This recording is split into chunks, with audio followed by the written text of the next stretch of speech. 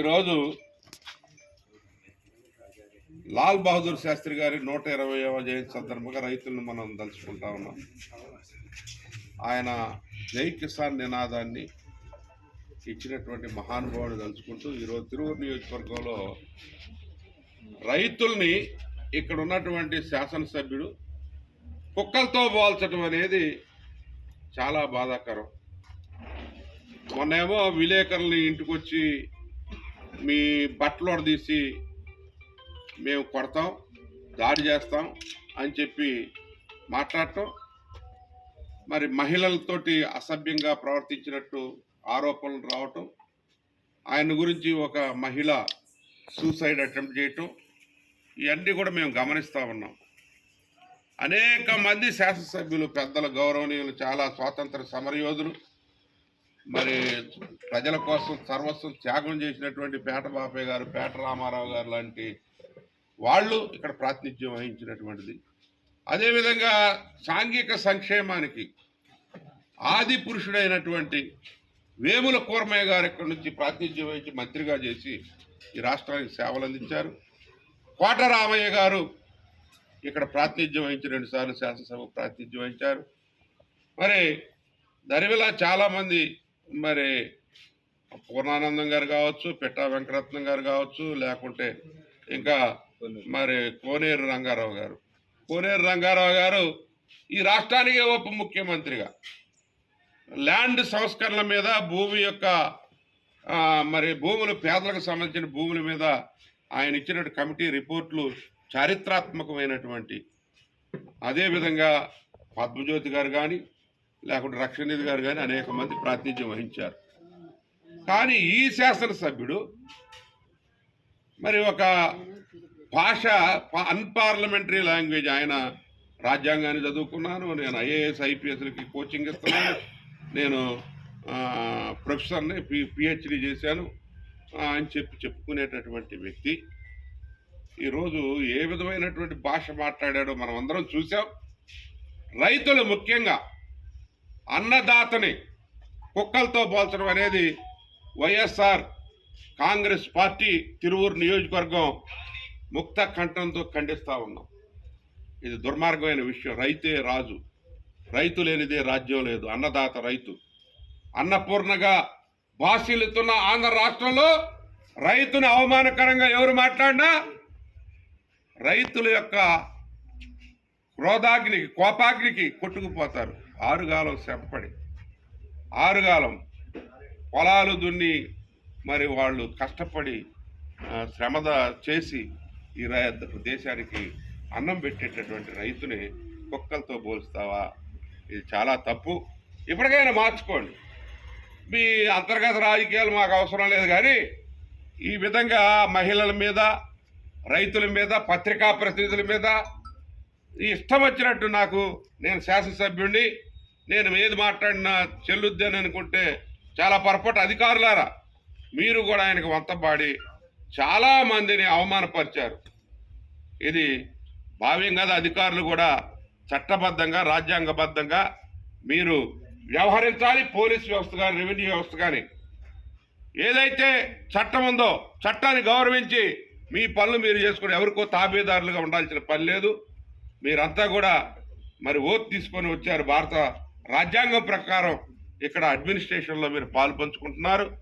అదేవిధంగా ఇలాంటి వారిని మీరు సపోర్ట్ చేస్తూ మీ ఇష్టం వచ్చినట్టు రీతిలో వ్యవహరించొద్దని విజ్ఞప్తి చేస్తూ, అదేవిధంగా ఈ యొక్క వైఎస్ఆర్ కాంగ్రెస్ పార్టీ కార్యకర్తల మీద పెట్టినట్టు అక్రమ కేసులు, ఈరోజు గంపలగూడెం మండలానికి సంబంధించి మండల పార్టీ అధ్యక్షుడు చావా వెంకటేశ్వరరావు గారిని 4 నెలలుగా ఆయన బయటే ఉండి, ఆయన ఊరికి వచ్చి పొలాలు కూడా వేసుకోలేని పరిస్థితిలో ఈరోజు విజయదశమి వస్తూ ఉంది. విజయదశమికైనా ఆయన రావాలని చెప్పి నిన్న కమిషనర్ గారిని మేము కలిసి విజ్ఞప్తి చేయడం జరిగింది. ఇంత దుర్మార్గమైనటువంటి వ్యవస్థ నడుస్తూ ఉంది.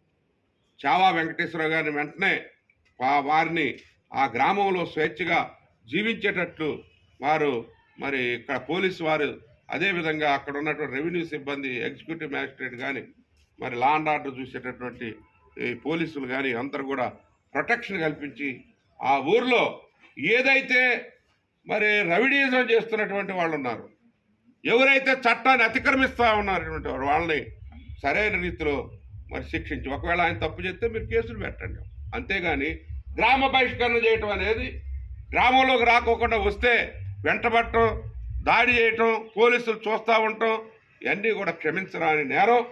అదేవిధంగా చాలామంది మా వైఎస్ఆర్ పార్టీ కార్యకర్తల్ని వేధిస్తూ ఉన్నారు. ఆ వేధింపులన్నీ మానుకోవాలి. నేను చెప్తా ఉన్నా, ఈ శాసనసభ్యుడు మరి ఈ విధంగా ఏదైనా అంటే దళిత కార్డు పెడతారు. మేమంతా దళితులే నాయన. వేముల పూర్వయ్య గారి కాడ నుంచి రిజర్వేషన్ ఇక్కడ ఉంది. ఇక్కడ అందరం కూడా ప్రాతినిధ్యం వహించాం. మా నోర్లు మేము జాగ్రత్తగా పెట్టుకుని పబ్లిక్లో ఉండేటప్పుడు, బాధ్యతాయుతమైన శాసనసభ్యుడిగా ఉన్నప్పుడు మీరు రాగద్వేషాలకు అతీతంగా, మీకు అంటే మనుషులు కాబట్టి కోపం వస్తుంది, కానీ అది ఒక ఇన్ కెమెరాలో ఉండాలి, కానీ నాలుగు గోళ్ల మధ్య ఉండాలి. కానీ బయట పబ్లిక్లో వ్యవహరించేటప్పుడు మీ మాట తీరు, మీ నడవడిక అన్నీ కూడా అబ్జర్వ్ చేస్తారు. మరీ ఘోరంగా మహిళల ఆరోపణలు చేస్తున్నారంటే, లైంగిక ఆరోపణలు మీ మీద వచ్చాయంటే ఇది చాలా మరి ఆలోచించాల్సినటువంటి విషయం. ప్రభుత్వం కూడా ఆలోచించాలి. అధికారులు మరి ఈయన మాటలు వింటూ ఈయనతోటి అంటగాగుతున్నటువంటి విషయాన్ని మేము తీవ్రంగా ఖండిస్తూ, అధికారులు ఇప్పటికైనా వేధింపులు మానుకోవాలని చెప్పి వైఎస్ఆర్సీపీ మరి తిరువూరు నియోజకవర్గం పార్టీ మొత్తం కూడా ఏకగ్రీవంగా మేము తీర్మానించుకొని మీ అందరికీ తెలియజేస్తా ఉన్నాం. ఇక మేము బయటకు వస్తాం, రోడ్డు మీదకి వస్తాం. ఏదన్నా మా కార్యకర్తకి ఏ విధమైనటువంటి అన్యాయమైన కేసు పెట్టినా రోడ్డు మీదకి వచ్చి పోరాటం చేస్తాం.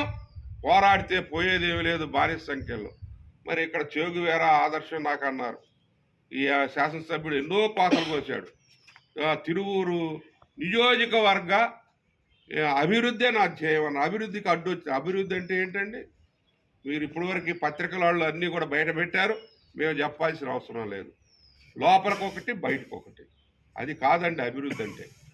తిరువూరు అభివృద్ధిని మీరు ఇక్కడ ఉన్నటువంటి ఇరిగేషన్, చెరువుల బాజు ఏదో సొంత నిధులు ఎక్కడ నీ సొంత నిధులు? నేను ఇండస్ట్రియలిస్టువా? సొంత నిధులు ఎక్కడే నీకు? అవి కూడా నీకు చేస్తారు ఇన్కమ్ ట్యాక్స్ వాళ్ళు. ఎన్ని ఖర్చు పెట్టావు? అది కూడా బిల్లులు చేస్తున్నారు ఈరోజు. ఎప్పుడు మరి వస్తా గవర్నమెంట్ నుంచి శాంక్షన్లు తీసుకుందామని చెప్పి ఒక్కటి కూడా సొంత నిధి లేదు. వాళ్ళు స్పాన్సర్ చేసి, వాళ్ళని బెదిరించి, వీళ్ళని బెదిరించి, ఆ ప్రొక్లైన్లు పెట్టించి ఏదో తాటకం పొట్టుకం చేసి డబ్బాలు కొట్టుకుంటే సరిపోదు. వాస్తవాలు అందరికీ తెలిసినటువంటి అంశమే. వాస్తవాలు తెలియదు ఎవరికీ లేదు. ఆ వాస్తవాలు వెలుగులోకి వచ్చేసరికి నీకు కోపం వస్తుంది. కోపం వచ్చి మరి రాగద్వేషాలకు అతీతంగా నేను మరి పరిపాలన చేస్తాను, నేను శాసనసభ్యుడిగా ఉంటాను, రాగద్వేషాలకు అతీతంగా ఉంటాను. శాసనసభలో మరి ఆధునిక దేవాలయం శాసనసభలో ప్రమాణం చేసినటువంటి వ్యక్తి ఈ విధంగా మాట్లాడటం, ఈ విధంగా అన్పార్లమెంటరీ లాంగ్వేజ్, ఒక మరి బూతులు మాట్లాడటం అనేది చాలా తప్పుడు విషయం అని చెప్పి దాన్ని తీవ్రంగా ఖండిస్తూ ఉన్నాం. దీన్ని మరి ఇది చట్టబద్ధమైనటువంటి విషయాలు కావు.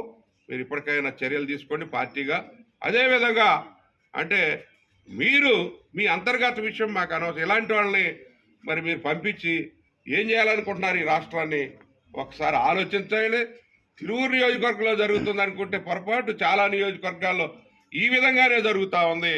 ఇవన్నీ కూడా కంట్రోల్ చేసి అనుభవజ్ఞుడు చంద్రబాబు నాయుడు గారు ముఖ్యమంత్రిగా నేనున్నాను, నేను చేస్తానని ఏదో చెప్తా ఉన్నారు. అభివృద్ధికి ఎలాంటి వాళ్ళని పెట్టుకొని మీరు ఏమీ చేయలేరు, సాధించలేరు అని చెప్పి తెలియజేసుకుంటూ సెలవు తీసుకుంటున్నా. Thank you.